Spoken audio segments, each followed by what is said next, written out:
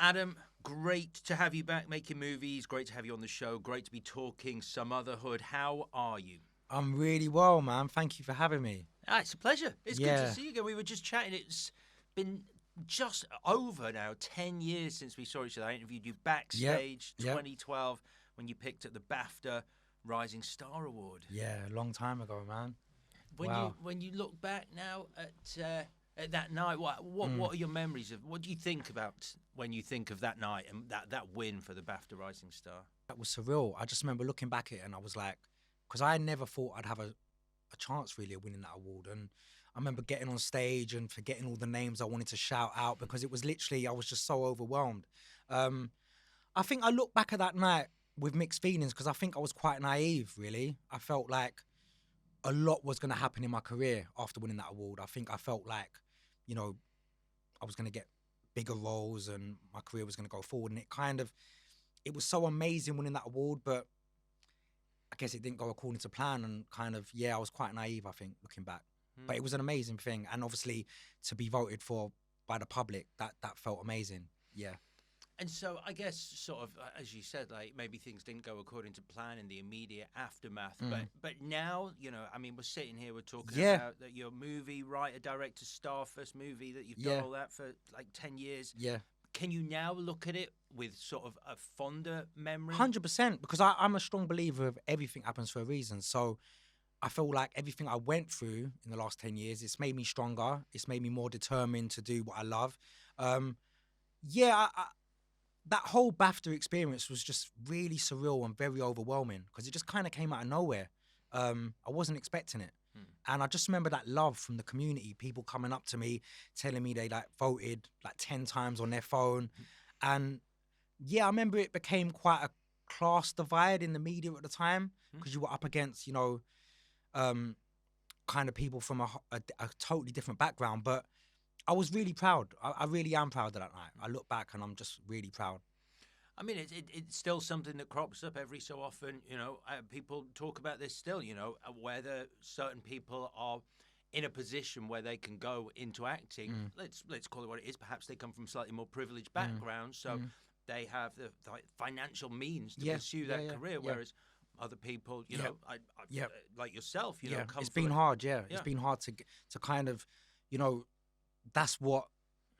For me, filmmaking was always about. It was about writing my own work because there wasn't enough work for me getting made. So, yeah, I think things are changing, but I think obviously a lot more needs to be done. But I feel like I said it in my speech at the BAFTAs.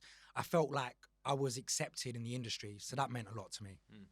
Well, let's bring it right up to date now because obviously we're going to talk about Sumotherhood. How did it feel being back in the director's chair making this movie right now? I feel so blessed. Like, I really do. Like, it's been a long journey getting to this point, and I worked so hard, not just me, but the whole team behind Sumotherhood. We worked so hard. It was kind of like an 8-year process getting to this point. So, and at one point I thought I'd never get to direct again. I thought I'd never work again. So I look back and I'm like, wow, how did we get to this point? We were a small independent film. We got signed by Paramount. I'm just really proud and I feel so blessed to be doing what I love because I love being in this industry. I've been in this industry since I was 12 years old. And I feel like, I guess Sumotherhood for me was trying to prove myself, letting people know that, look, I'm back, I'm cool, I feel creative, I'm back. And yeah, I feel really proud, I do.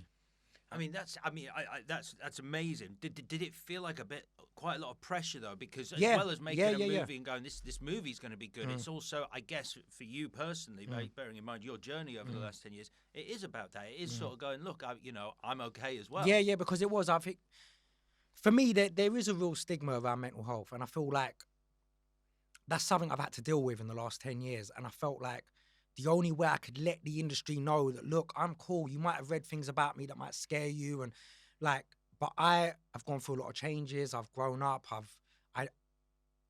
I'm aware of how to deal with my mental health now, and yeah, I think it was just reminding people that I've been doing this a long time, and if it was up to me, I would have never have left. Do you get what I'm saying? So yeah, I feel really blessed to be doing what I love, and I feel very blessed to be given a second chance as well. Well, we're going to talk a bit more about Sumotherhood, but give us a little taste for those who aren't fully aware of what this movie's about. I mean, I want to call it a kind of a modern-day retelling of Romeo and Juliet with guns. Yeah. But you tell me how you're describing it. Yeah, like, so, you know, we've had so much, you know, we've had Top Boy and we've had Blue Story, and they're just amazing projects. But it's always been the kind of gritty side of things. And my thing was, look, I just want to make a comedy. I just want to have a laugh. I want to do something that hopefully hasn't really been done before. Have a comedy, but also add some drama into it, add some action into it. Yeah, it's literally, it's about two characters, Rico and Kane. Yeah. Click clack. Yeah, click clack. They get into some debt with a local bad man, and they have to think of different ways to come up with the money. And before you know it, they've got themselves mixed in with the real gangs of East London. The police are looking for them. It's just a bit of a wild adventure, really, yeah. But hopefully we've always wanted to do something that I don't think has been seen in this country. That kind of, that energy, that comedy, that hopefully it's a little different, yeah. It's great fun. And just put my mind at rest, is that the most middle-class reading of Click Clack you've ever heard that I just did? No, do you know what's mad? Like, because everyone's saying it. We're in the Paramount office and everyone's saying it. So I'm used to everyone just click clack. We just want everyone saying it, yeah. It's great. I started doing it immediately after I finished the movie. Oh, wicked. Yeah. So obviously a lot of people will know your work from Anuvahood. Yeah. This isn't a direct sequel. No. But would you call it a spiritual sequel in some way? Well, we wanted this to be a standalone film, but I knew I had to bring back the nostalgia of Anuvahood. We had to bring back faces that people would recognise, and it is a different story. But I feel like if you were a fan of Anuvahood, you're not going to be disappointed, because we tried to keep that same essence. But again, just adding a different dimension to it. You know, adding that drama, adding that action, adding some real life issues into the script as well. I think hopefully it's Anuvahood, but hopefully stepped up to another level, really, yeah. It must feel nice. I don't know whether you read comments under like the trailer on YouTube, but the amount of excitement from people going, "Oh, brilliant, Anuvahood, Yeah. and I can't wait to see this." It's crazy. Like, how does that Considering feel? it's like over 10 years Right. ago, I can't believe there's so much support, and people really remember that movie, and it's amazing to know that, you know, it's stood the length of time, you know. There's been a lot of support, and I feel like my fan base, they've been waiting for this film a long time. I've had messages for years. They've seen my journey. They've seen when I used to tweet about getting rejected from studios when we were trying to get the funding for this film. So honestly, it's been a long journey. I went through a lot of rejection. Had to really believe in the project myself, but we're here now, and it feels surreal. And you know, I mean, what was I didn't expect it, and I didn't know it was going to happen. And then, you know, within the first 5 minutes of the film, you are addressing some of the things that people will have read about you and know about you over the last 10 years in the film, like and in a very funny way as well. I mean, you know, about your mental health issues. I mean, I don't want to say if I got it wrong, but the sword situation is right up there, like in the first scene.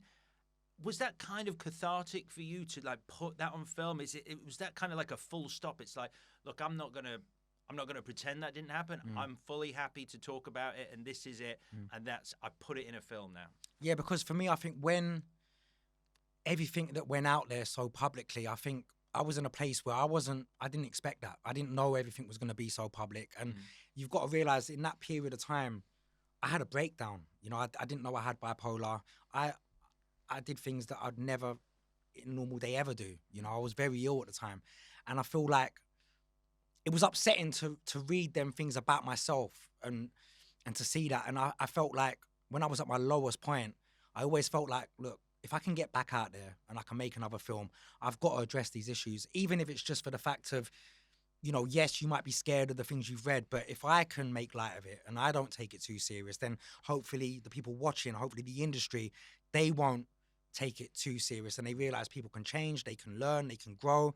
But I felt like even though me and Rico are completely different characters, I had to touch on them issues subtly and hopefully in quite an authentic way, because I want the conversation out there about mental health. I want to raise that awareness, and I want to break the stigma of mental health, because part of the reason why I had to make this film is because, yeah, I felt like, you know, the industry were kind of looking at me and they were scared. They read things and it was like, I have to address it in my own way. And especially, I think for me as well, getting young men talking about mental health, that's really important to me. The amount of young men that have come up to me and are like, I'm going through my own struggles. And I felt like men should talk about it more. We've got a scene in there where, you know, me and Dwayne, we talk about men talking about their mental health more. And what I love is Kane's character. He often asks me in the film, have you taken your meds? Yeah. And I just think if we can make that conversation more common, that's got to be a good thing. It's a beautiful relationship Rico and Kane have in the film. And I think, as you just quite eloquently put, like their relationship and the fact that he has got one eye on his best friend's health is so important. Yeah. And it's that thing of, you know, if you know someone out there that suffers from bipolar or something different, it's okay to check up on them. Check up on them. Be there for your friends. I think that's important. Yeah, because it's sort of, as much as the world is changing and, you know, moving in a direction where people are more open, there does seem to be this thing about being a man and it being difficult. It is difficult, yeah. You are supposed to be this kind of strong person. Yeah. Let's talk about a completely different element of the film, a really sharp left. How does one go about getting Ed Sheeran to play a crackhead in their movie and take a shit in the bushes? I look at what we've done and I still can't get my head around it. I can't believe what we actually done with Ed. Do you know what? It's really weird. Me, Jazzy and Michael, we always knew we wanted to reach out to Ed Sheeran at an early stage of writing the script, but we didn't know how we were going to go about it. We didn't have the connection, and we just thought it'd be amazing if he was in it. And Kevin Bishop, one of the producers of the film, he had a relationship with Ed, and he reached out, and I managed to get a FaceTime with him. And we just had a very honest conversation, and he was like, look, I'm a massive fan of Anuvahood. I went to see it 3 times with my mates, and I'd love to be in the film. But what he said to me, he was like, he didn't want to play himself like he has in a lot of the other work he's done. He wanted to play a character. And I think when I heard that, I was like, all right, how far can we push this? I want people to see Ed like they've never seen him before. And he was just down. He got what we were trying to do. He understood the kind of comedy we were going for. And honestly, I can't rate him enough because he's such a perfectionist. Like, he rehearsed. And it was quite heavy dialogue. It was a lot of dialogue, and he learnt his lines. He improvised on set, and some of that made the edit. I respect him a lot, and we've become good friends after that. Yeah, he's great. He's great. He's twitchy and he makes your skin crawl. Yeah. It's so. But he was so good at taking notes as well. When I was directing him, he really listened. And you know, you work with some actors and they don't quite understand what you're trying to tell them, but he was very on point with understanding everything. And I really respect the fact he trusted me as well. You know, his thing was like, I'm willing to do this, but, you know, I trust you. If it looks like it's going wrong, let me know. I want to work. I want to get this right. And I think he smashed it, yeah. He smashed it. Absolutely smashed it. Thank you. It's great. Yeah, well done. I mean, we could talk about the cameos all day. I mean, you've got Jennifer Saunders, so good in that, which you touched at the end. Also, I think the one that did a lot of traffic online and people went, was that Jeremy Corbyn? Like, what, Jeremy Corbyn? Yeah. A cameo from Jeremy Corbyn? So, like, we were in the office at pre-production and we were like, look, how wacky can we get with this film? We've got, obviously, the bank scene, and I was like, actually, there's room. We can go a bit crazy with this. There's room to kind of add someone a bit wacky in this. And I met Jeremy years back at a play I was doing in Hackney, and we just met, and he seemed like a really lovely person. He told me he supported my work. And one day I just reached out to him. I was like, look, we're doing this comedy. It's a crazy comedy. We just want to have a laugh. Are you up for it? And we met up. And again, he totally understood what we were trying to do. He came down to set. He didn't take himself too serious. And yeah, it was one of them moments again where I was like, wow, what are we creating here? This is a real mix match of different people in this film. But that's what we wanted. We wanted it to be different and a bit wacky. And yeah. It's great. It's crazy. It's surreal. You're like, is that? It's a that? different world, yeah. It yeah. is. Yeah. It is. It sort of feels like this world, but maybe just like a little bit threadbare, like another dimension. Yeah, well, I mean, when you've got the Merkel man, Jammer, coming out in his costume and all that, it's like, look, we just want it to be, we want to take you on this mad adventure. Yeah, that was always the plan. Well, congratulations on the Thank movie. Sumotherhood hits cinemas around the UK October the 13th. October 13th, October the 13th. So speaking of cinema, it's now time to leave this reality and enter another dimension, a dimension of pure film where our virtual cinema awaits. Adam, you are our guide. We are your audience. Let's go on a trip to the movies. So we push open the doors to our temple of film and find ourselves in the foyer. There's an excited buzz, as there always is in the cinema foyer. The hum of anticipation. It's your perfect cinema trip, Adam. Who have you picked, living or dead, to go with you? I think Ray Winston. I'd love to just go cinema with him and talk about films and get his take on the British cinema. And I'm just a massive fan of his. Yeah. He is great. Yeah. Have you ever had the chance to meet him? I met him once on a red carpet. I think we said hello to each other, but it's really weird because I know Jamie so well and we're such good friends. But I've never really spoke to Ray in depth, and I'd love that to happen at one point. Yeah. He's he's made some iconic films. Yeah. I mean, do you have a favorite Ray Winston performance? I love Scum, and I love Sexy Beast as well. I know they're very far apart, but yeah, I love his work. Because I just love that that authentic Britishness that he has. Yeah. He does have a real authentic Britishness and Sexy Beast. I mean, granted, most times when people go, "Oh, Sexy Beast," it's the Ben Kingsley. Yes. Amazing, yeah. Unbelievable, yeah. right? Yeah. Cool. If you could talk to Ray Winston about anything in particular, would it be Sexy Beast and Scum?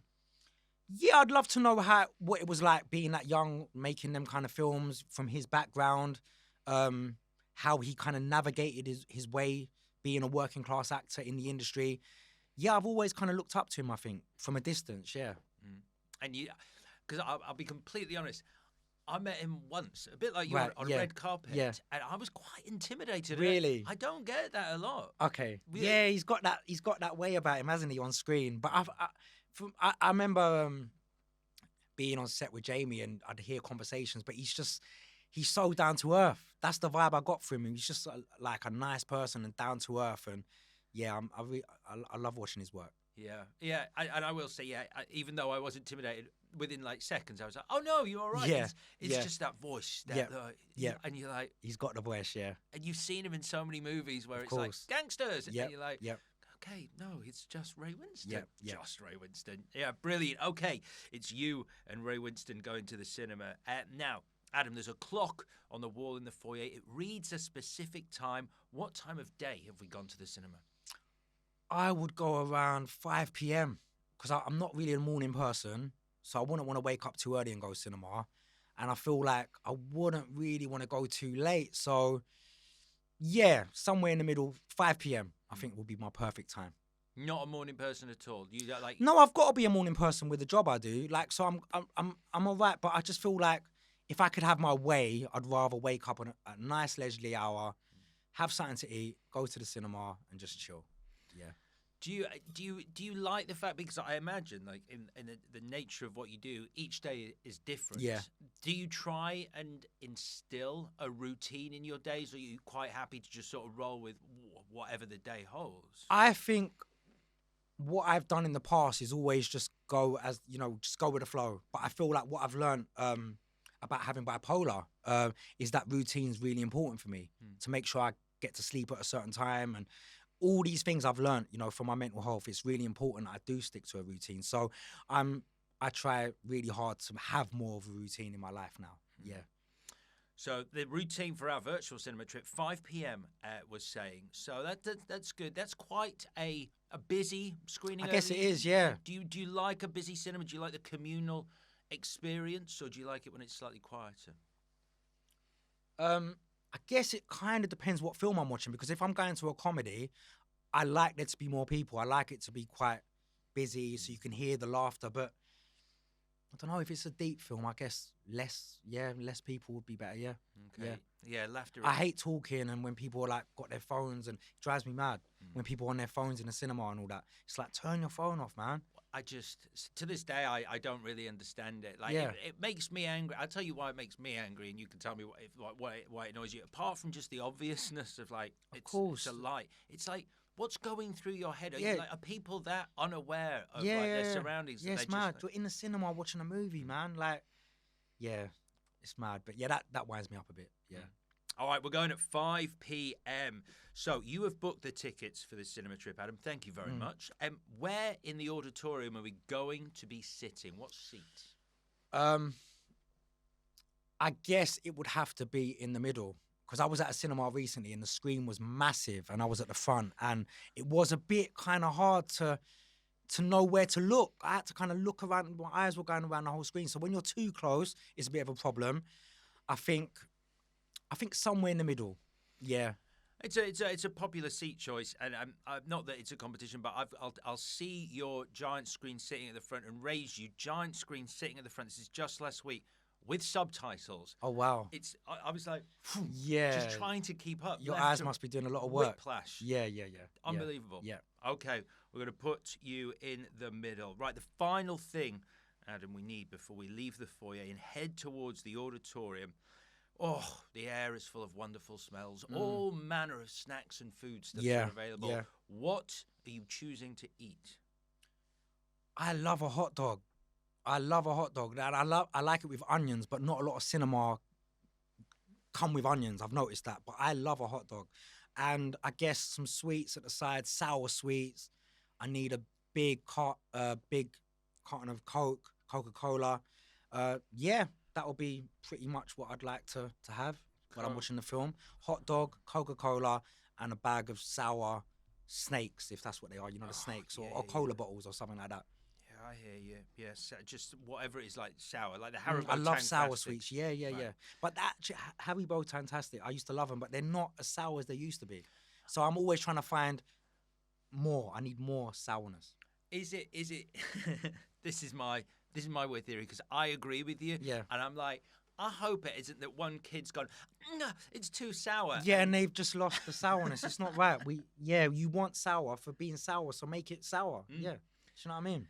Yeah, I agree. So we got the hot dog, mustard and ketchup. No, I don't like mustard. Just a little bit of ketchup. But ketchup. Lots of fried onions. But like I said, you can't really find fried onions in a lot of cinemas.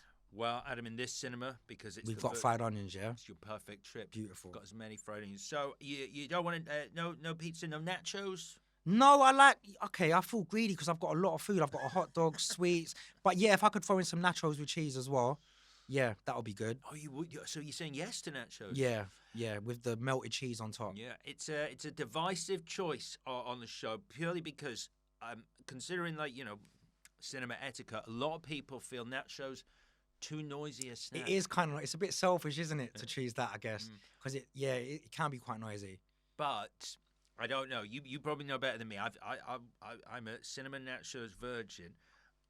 Apparently the let's call it cheese. I'm not sure if it actually qualifies as cheese. Yeah. But whatever the cheese is. Yeah. Apparently it can act as a lubricant. This is what I've heard. So you don't necessarily have the crunch. You ever experienced this? I haven't. No. I mean, in fairness, it's one of the weirder questions I'm going to ask. It's all right. But yeah.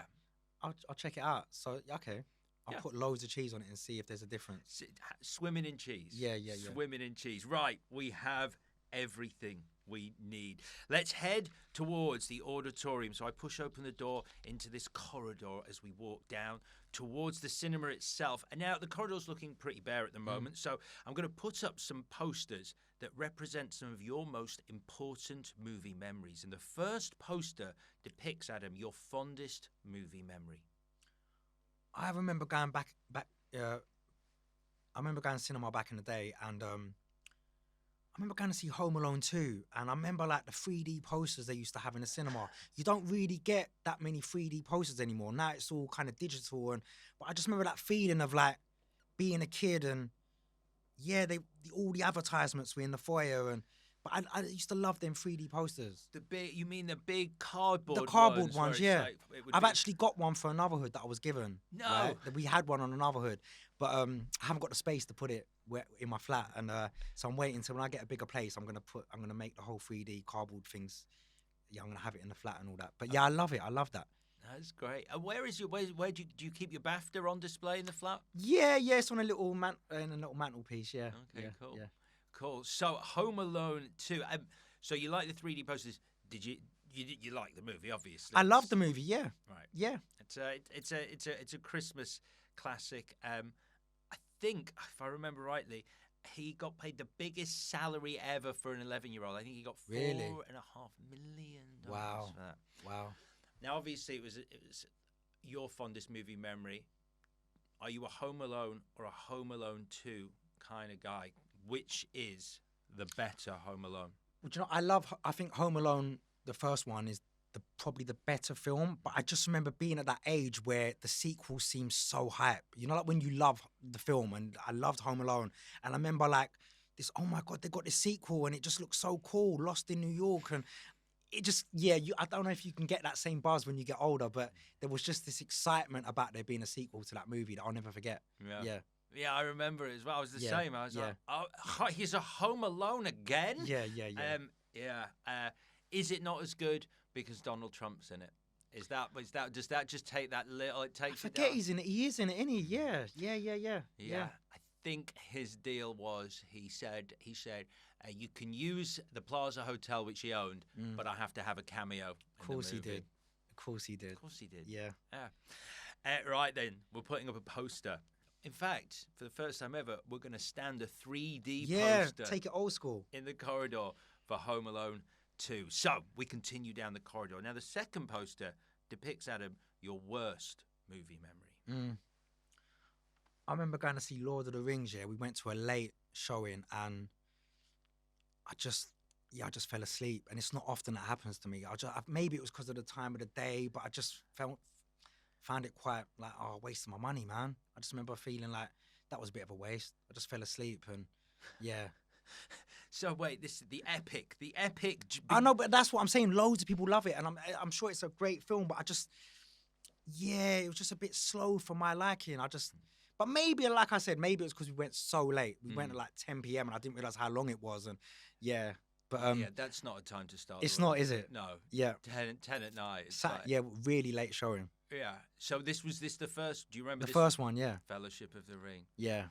Yeah, it takes a little while to get going as well. I might check it out again and see as I've got older if it does something different to me. Yeah. So you've never watched it since? I haven't. Have you watched any of the others since? I haven't. Okay. No. So it's all based on this. It was based around that one experience when I went to the cinema and it just kind of put me off. And yeah. Do you, as a rule, like the fantasy genre, like the swords and wizards and sorcery? And I'd love to be in a movie like that. I would. I'd love to be in a movie like that. But I think if you ask me what entertains me the most, I kind of like the drama and the more authentic kind of movie. Yeah, the real life setting. Sort of set contemporary or historical. But I love real life stories. I think that's when it's a true story. I love that. Okay. Well, we'll put up a poster then for the worst movie memory of Lord of the Rings: The Fellowship of the Ring. Our third poster then depicts, Adam, the last performance that brought you to tears. Do you know what? I just remember watching This Is England, and I remember the ending of it where there's that scene where I think it's Combo's character.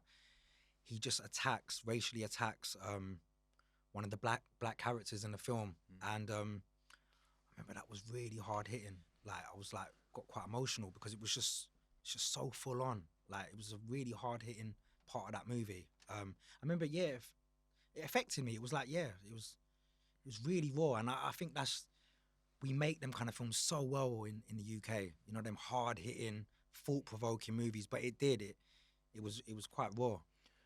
I think I remember the scene. So this is Shane Meadows' 2006 movie. This is England. So it's I think you're right. It's so awful because they're friends at the start. They were, yeah.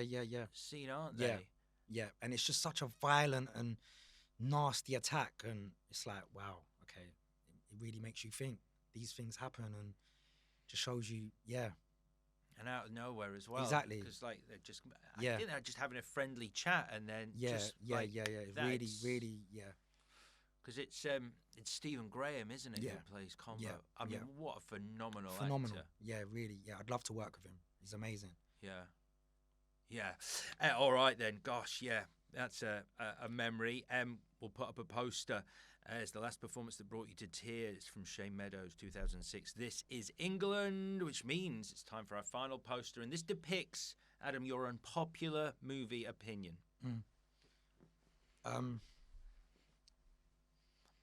I guess it goes back to Lord of the Rings in the sense of everyone seems to love that film, but I don't. It's not really my cup of tea. But when I say it to other people, they're like, "Oh my God, I love the movie," and so many people love it. But I just feel like I'm a little bit different. It was just a bit too much for me, like too much going on, and yeah. So I know that's probably a bit of an unpopular opinion. It sure is. It is an unpopular movie opinion. Has no one ever tried to persuade you to watch it? I'm gonna give it another go now because I feel like I'm older. This was a long time ago. I want to, your taste change as you get older, so I want to give it another go. I mean, I'm not going to try and sell it to you, but I'm going to try and sell it to you. Yeah. I mean, you got some great British actors in there. Of course, yeah. Sean Bean. Yeah. Amazing people, yeah. It's I'm gonna check it out. I really am. Yeah. All right, but your unpopular opinion is currently, as it stands at this moment in time, you do not like Lord of the Rings. Yeah, it's just not for me. Just not my cup of tea. But so many people do love it. Yeah. Yeah. Have you had any stand-up rows with any of your friends about this? We haven't got to that level yet. No. Okay. No. Okay. Good. They know it's off the table. They're like, just don't mention. Just don't invite Adam to the Lord of the Rings films. Yeah, they just know. I mean, what if all your friends hypothetically were having a big Lord of the Rings themed party? Yeah. You had to come. Oh, get down! Like, let's just party. Yeah, Right. yeah. I'm up for that. Okay, fine. Yeah. Fine. So you would say yes if it was. Because it looks incredible. Like when like the way it's shot. There's so many good things about the film, but I just think, I think I just had a bad experience. I think that's what it is. Going to such a late showing, I think it put me off. But yeah, I'll do a 5 p.m. showing.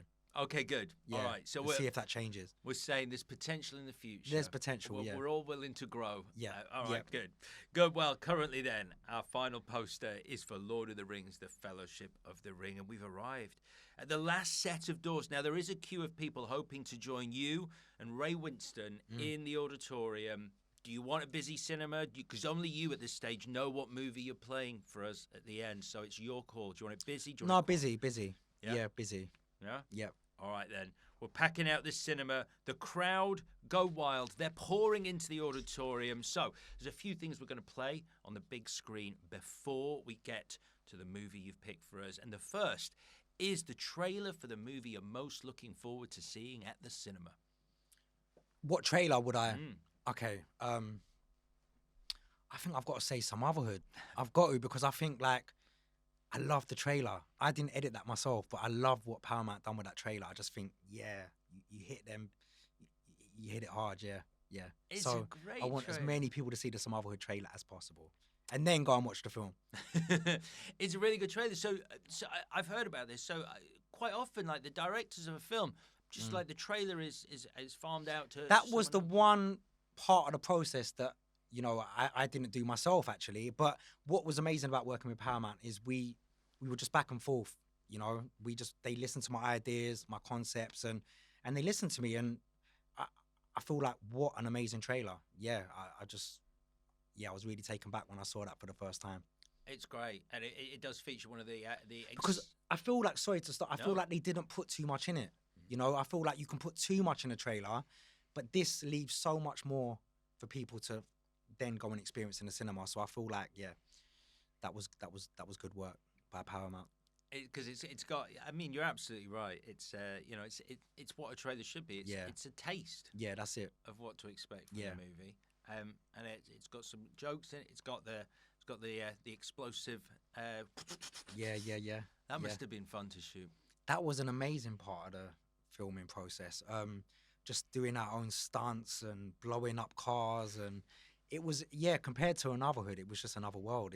I felt like a proper director. You're blowing things up and you're like, it's like fighting, and It was amazing. Yeah, we had such an amazing team, and we didn't have long to to shoot this. It was a low budget independent film, and we tried to really think out the box and use our time wisely on set to get the best out of what we were doing. With the climax to the car chase, I'm assuming you get one shot at that. One shot, yeah, it had to work, and that was really stressful. Like, because if that explosion didn't work on the one, we couldn't do it again. We didn't have the budget to do it again, so it was like we were just all like, please, please, please, just work, and it worked. And literally, I think there's some footage floating around where we were just all cheering and like going mad on set. Yeah. How many? Obviously, like you say, you get one shot at this. How many cameras do you actually have on that in the moment? Then we had. I think we had 2 cameras on set at all times. We always wanted to shoot with 2 cameras. We might have had a 3rd camera for that shot. It looked like you had maybe a drone camera. We did have a drone. We definitely did have a drone. So yeah, there were certain points within the movie where we'd get the drone and we'd get different cameras involved, and yeah, to try and get all angles. So I mean, this certainly this sounds like the biggest film that you've ever shot to date. Yeah. So I mean, it's like crazy with what you were talking about before. Just like your first movie for a while. Feeling like you really wanted to sort of this to be a calling card for like, look, I'm back. The biggest film. I mean, like literally, like it sounds like the perfect storm of like quite a lot of pressure. Yeah, but I just had an amazing team, and I've got to shout out Finn Bruce, my producer. His attention to detail and how hard he worked. I can't thank him enough. We worked so closely together. We had the same vision. We just put in the hours. But the whole team, the guys that funded the movie, they believed in me when no one else wouldn't. Rob Williams, Barry McNichol, Kevin Bishop. I just had an amazing team. Jazzy, Michael. I feel blessed. I couldn't have done this by myself. Yeah. Right, listen, we need to play a few more things on the screen, Adam, and the next thing we're going to play, just to warm up our audience and Ray Winston, is the movie moment that makes you literally or metaphorically pump your fist in the air. I think there was a moment when I watched Pursuit of Happiness when Will Smith gets the job of his dreams, and I felt for him, man. Like, I felt his pain and everything he went through, and it inspired me. I guess it even inspired me, with Sumotherhood to a certain point, because it's that thing of just believing in yourself and just working and hustling your way through until you make it. And so when he gets that job at the end of the film, I was like, yes, man, that's what we want. It's a tearjerker. Yeah, as well. It is. Yeah, and it's a true story. That's the kind of movies I love. When it's a true story, this has really happened. I love that. Yeah. I agree with you. I think there's something quite amazing about that moment that you've picked, because on the one hand, within the context of the story, everything he's been through, it's amazing for him and that character. But on the other hand, there's that part of all of us, I think, that it's like when something truly amazing does happen to you. Yeah. I think he says the line something like, it's these moments that a true happiness. Yeah. And you kind of want to cling on to those moments. Yeah, you do. Yeah. It's amazing. It's very, very inspiring. Right then, we're playing the moment from the end of The Pursuit of Happiness when Will Smith's character Chris gets the job in the city. Next, though, we're going to play on the big screen what you consider cinema's most shocking moment. I think a moment that shocked me in cinema, if I'm being honest, it was probably the whole Harvey Weinstein thing. Like, that was like, wow, like, where did that come from? Do you know what I'm saying? You hear about these things happening, and then it just kind of, I think it shocked cinema to its core. Yeah, it's quite a mad time in film, I think, personally. I mean, certainly, I think as time goes on, we're seeing more and more people who are in positions of power within the film industry, both here in the UK and in America, being exposed for what they are. Yeah. I mean, I think you've talked about it before, but hindsight's 20/20, so you can always go, that was a clue. But his reaction on your win at the BAFTAs. This is it. Like, my thing was, like, I know I said it earlier, but that whole thing of being naive when I won that BAFTA, because I was so unaware of the politics in the industry and who you might upset, and And yeah, someone showed me, you know, Harvey Weinstein's face when I won the BAFTA, and I was like, why does he feel like that? Why does he look so pissed off that I've won? And I couldn't understand it. I couldn't understand it at the time. But, you know, you read things about what he was like as a character and what he would do in the industry, and it kind of made sense. So I think, you know, it's amazing that there was justice in the end, I think. Yeah. I mean, in case anyone hasn't seen that moment, it's yourself, Adam, walking down the aisle at the cinema. Yeah. Was it the National Opera House they held it? It was, yeah. Yeah. And you're walking down, and everyone's applauding. Yeah, there was a lot of love in the room, and then it just cuts to Harvey Weinstein, and he's just looking really angry. But I guess I just kind of had to get my head around the fact that I guess you've just come out of nowhere. These other actors, they're very established. They work with big studios. So who is this guy that's come out of nowhere? But I didn't think it would upset people like that. I didn't think. I was very naive to that. Yeah, I mean, I think with all due respect, I think on the one hand there's that way of looking at it. On the other hand, there's this idea that Harvey Weinstein, you know, maybe he had some skin in the game with one of the other actors. Yeah. But also, what a little window into the kind of person he is, where he has that arrogance and that ego that you can sit in an auditorium with every person on every side of you clapping and just fold your arms. Yeah. Sit there like that. Yeah. It was weird seeing that. Yeah. Weird moment. Yeah. Okay, well, it's a good moment to pick for your most shocking moment in cinema. Next up, 2 things left to play through the Dolby Atmos speakers. First of all, we're going to play the line of dialogue that most affected you, Adam. I wouldn't say it most affected me, but I just remember watching Scarface when I was young, and the line, like, say hello to my little friend. Like, I loved it, man. I got so into the movie. Like, I really did. I just got, like, hyped up, and it's just one of them lines that were like, yeah, it's powerful, man. I love that movie, yeah. Oh, you love the movie I as love well? Scarface, yeah. It's an incredible movie, isn't it? Yeah. Epic. Very epic. In every way. So, yeah, because that line comes... remind me where that line comes in the film? It's at the end, isn't it? Oh, yes. Yeah. Because he's just... Yeah, it's where he kicks open the door with the submachine gun. The shot and the way it was filmed, and I just remember being quite young when I watched it, and it had an effect. Yeah. Did you watch? So you watched it? It was quite a violent sort of. Yeah, I probably wasn't allowed. I must have got it somewhere, like some foot off a mate or something like that back in the day. I probably weren't allowed to watch it, but I did watch it, and yeah, I was just like, this is powerful, man. What a great actor. Yeah. Yeah, you should make a UK kind of Scarface. There must be a historic gangster in UK history where you can sort of do. I'm sure there is, yeah. Something epic. Yeah. And that's what I think I want to do as well. Obviously, you know, the last 2 films I've done have been comedy, but I really want to take directing serious, and I love directing, and I want to work on other people's work, you know, get people's scripts, put my touch on it, put my stamp on it. Directing, yeah, I just want to do it. I love doing it, yeah. I feel at home. Of all the facets involved in making Sumotherhood, so you wrote it with your co-writers, you're starring in it, and you're directing it. Yeah. But of the 3, just, you know, if I put a gun to your head and went, which one would you want to do forever? Which is it? Is it directing? It's so hard to choose between acting and directing because I love them both, you know, equally. But I feel like I love what directing means. I love that you can put your vision out there, because my attention to detail, honestly, it drives me mad sometimes. But like, I love things being perfect, and I love the sense of your vision being out there. I love that. And to work with actors, I think, you know, being an actor myself, to get to work with other actors, I feel like I understand actors. I feel like I know how to get the best out of them. And I love the whole process. I loved making the score. I worked like 7 weeks intensely on the score, me and Chad. And then there was the edit, and I love all the process. So I definitely want to do more directing, but it's hard for me to choose. I think in an ideal world, I'd make more films where I'm acting and directing, maybe. Yeah.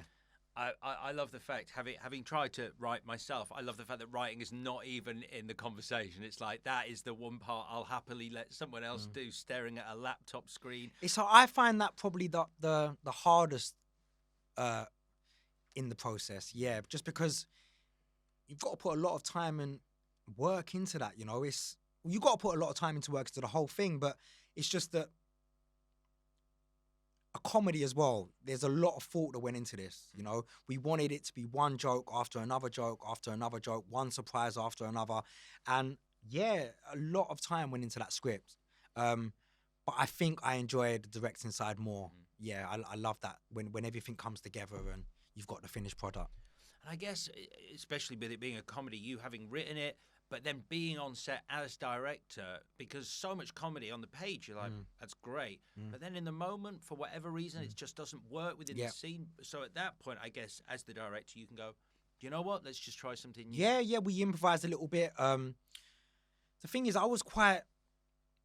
I am pretty much a stickler for everyone sticking to the script. It's weird because I always want to do a few takes where it has to be word perfect. And then once we've got them takes, then I'll do another take where we improvise a little bit more. Right. But I felt like we worked so hard on every word and the way the words flow together.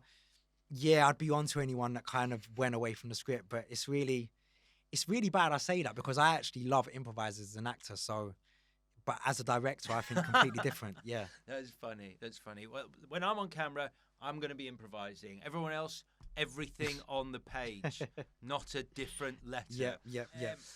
Right then, the last thing we need to do before we announce the movie you've picked for us to watch tonight is play through the Dolby Atmos speakers what you, Adam, consider the best use of music in a movie. You were just talking about the score. The score is really important. The score is so important.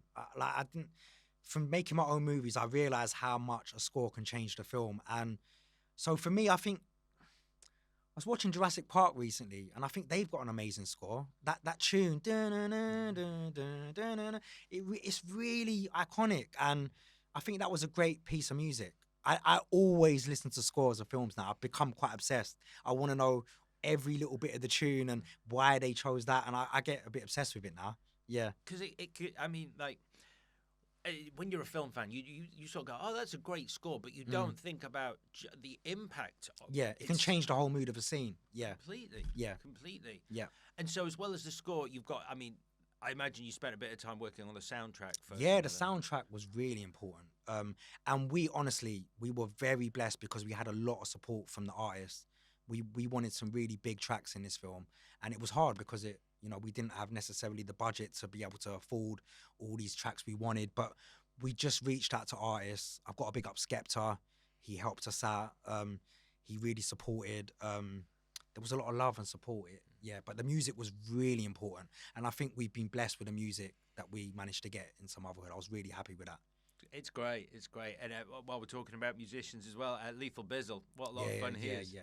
He's always been amazing. I love Lethal, man. He was in Anuvahood. We got him back for Sumotherhood, and I love it because he doesn't take. I think sometimes with rappers they can take themselves very serious, and they don't always want to get down on the comedy. But he understands comedy, and he's very funny in real life himself. And yeah, we had. I really loved the moment when Lethal's on stage and he's performing, and he's with his crew and all that. And yeah, that was just, for me, it was like, I'm a massive fan of grime and all that, and I just felt like that captured the UK essence of that music so well. I was really proud of that moment in the rave scene in Sumotherhood. It's great. And I think one of the things that, I think the minute you sort of go, you're watching a movie and you go, I don't think the people who made this have ever been to a club. Like, to actually shoot an authentic club scene. That's what I wanted. It's not a real, easy, authentic, like, sweatbox kind of rave where everyone's just raving and just that, because I've been to so many raves like that myself, and there's an energy,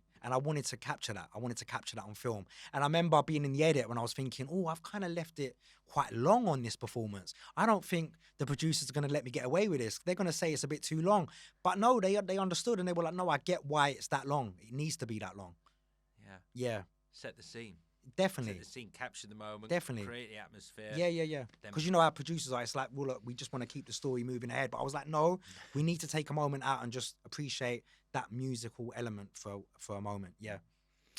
Okay, well, to bring it back to the start, so through the Dolby Atmos speakers, we're playing John Williams' Jurassic Park score, and here we are. Adam, it's time to announce to Ray, Winston, and this packed auditorium the movie, out of all others you have picked for us to watch tonight. What are we watching, Adam?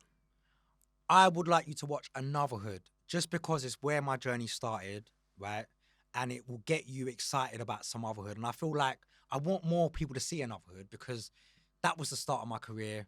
It was very, at the time, it was very kind of quite an underground film in a sense. It done well commercially, but it was quite, I guess, a niche movie. But this, what I'm trying to do with Sumotherhood, I just want to go more mainstream. It's a mainstream movie. So I'd love people to see my early work, more people to see my early work, and then go out, watch Sumotherhood, and see where I've got to now, see the journey I've been on.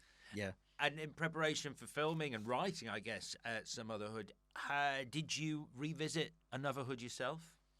I didn't I mean, I haven't watched that film in a long time. But I know it like the back of my hand. So it's like, I knew what elements we wanted to take from Anuvahood, and I knew which bits I wanted to leave out and kind of move on.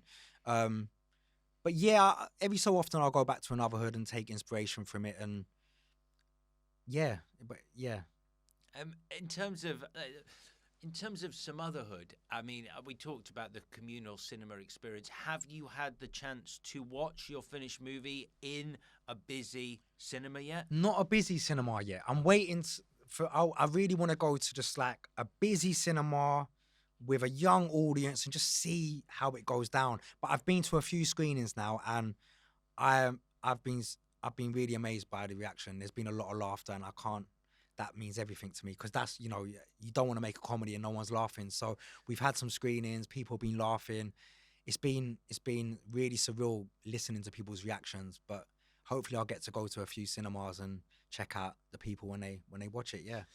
So tell me, as writer, director, and star, how is that experience? First of all, before the movie starts, the nerves of showing your finished movie to people in a room and being there for the journey with them.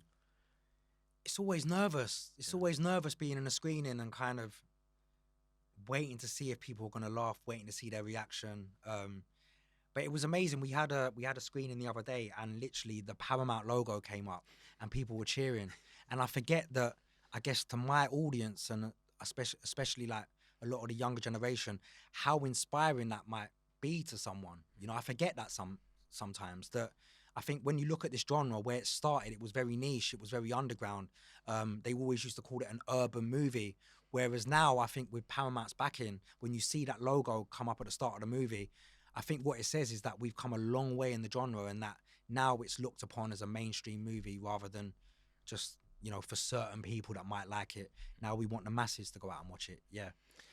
Just before we move on, I realised I didn't ask you the most important question. If someone hasn't seen Anuvahood, how would you describe Anuvahood to someone? How would I describe Anuvahood? Well, that was my work 10 years ago. It was for the times. It was set in 2011.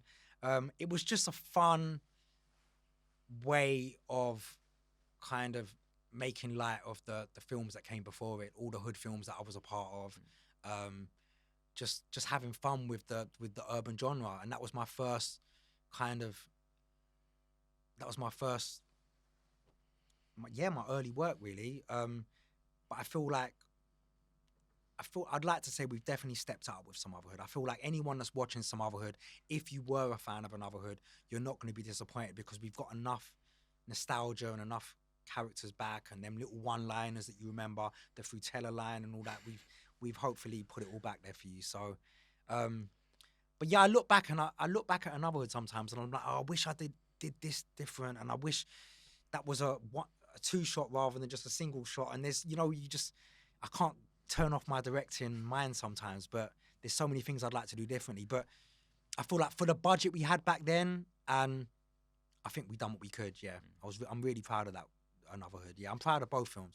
So your recommendation is Thursday, the 12th of October, get out Anuvahood, rent Anuvahood, watch Anuvahood. Yeah. Friday, the 13th of October. Make sure you check out Sumotherhood. Yeah. Right. Yeah, definitely. Good. Hell of a double bill. I love it.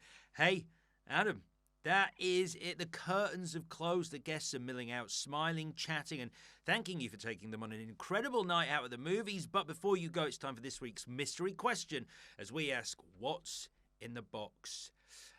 Okay, so you actually just started to touch on this. So this week's mystery question is, what advice have you got for someone who perhaps doesn't have access to necessarily the best equipment or facilities if they want to break into film, either in front of or behind the camera? What's your advice? I think you've got to do whatever you can do. And what I mean by that is, if you've got a good idea, you've got a good concept, there's always a way to get it seen in some shape or form, because everyone's got a mobile phone now. The quality on these phones are amazing now. You can be so creative. The stuff you can do on the computer and all that, I find it incredible what you can do with technology now. But I think especially young people, they're so in tune with how to use this equipment, and I think that's what you've got to do. You've just got to pick up the equipment yourself, borrow a friend's camera. You've got YouTube now. Like, start small and things will get bigger. I think sometimes with the young generation, they're in a rush to kind of get everything all at once. They want everything now, and I feel like you've got to work hard. You've got to, step by step, it's a process, but never give up. And I honestly mean that, because honestly, we faced so much rejection making this film. It would have been really easy just to think, you know what, we give up, we just give up. But we believed in our project. I believed in it. And put pen to paper. There's no point just thinking of ideas.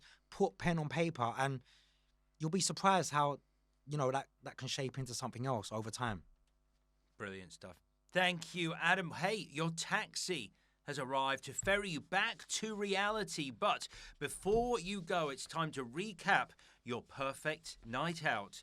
At the cinema, you are going with Ray Winstone at 5 in the evening. You are sitting in the middle, absolutely not at the front if it's a massive screen. You're having a hot dog with ketchup, no mustard, and as many fried onions as you can get in that bun. You're having a big Coke and some properly sour sweets. We're walking down the corridor. Your fondest movie memory is watching Home Alone 2 and the 3D movie posters that were around at the time. Your worst movie memory is Lord of the Rings, The Fellowship of the Ring. Your last performance that brought you to tears from Shane Meadows' 2006 movie, This Is England, combo beating up Milky. And your unpopular movie opinion, Lord of the Rings is getting a kick in. I'm never going to get to work with them guys, am I? They're never going to employ me. But Lord of the Rings is not very good. But you're willing to try. I'm going to try again, yeah. You're going to try. So the movie trailer that we're playing is for Sumotherhood. Then the moment that makes you pump your fist in the air, the end of Pursuit of Happiness, where Chris gets the job. Then the most shocking moment in cinema, Harvey Weinstein. Full stop. The line of dialogue from a movie that most affected you. Say hello to my little friend. Not as good as yours. Not as good as yours. The shocking moment. Oh, we've done that. The music in a movie, the best use of music in a movie is from Jurassic Park before finally, Adam, we are watching Anuvahood before people go out and see Sumotherhood. You made that sound so cool. Like, I love that. Yeah. Adam, it's been an absolute pleasure. Your taxi is here to ferry you back to reality. Have you had a good time? I've had an amazing time. Thank you so much for having me, man. It's been amazing, yeah. Thank you so much, and congratulations on the film. Thank you. Thank you so much for watching this interview. I'd love it if you would check out some of the other interviews on our channel. They're all fascinating and unique trips to the movies with some wonderful, wonderful guests. And if you would like to find out more, do hit us up on our social channels. We are at Trip to Movies Pod. That's at Trip to Movies Pod on all social media with lovely content on there. And you can get in touch with us if you so wish. Thanks again.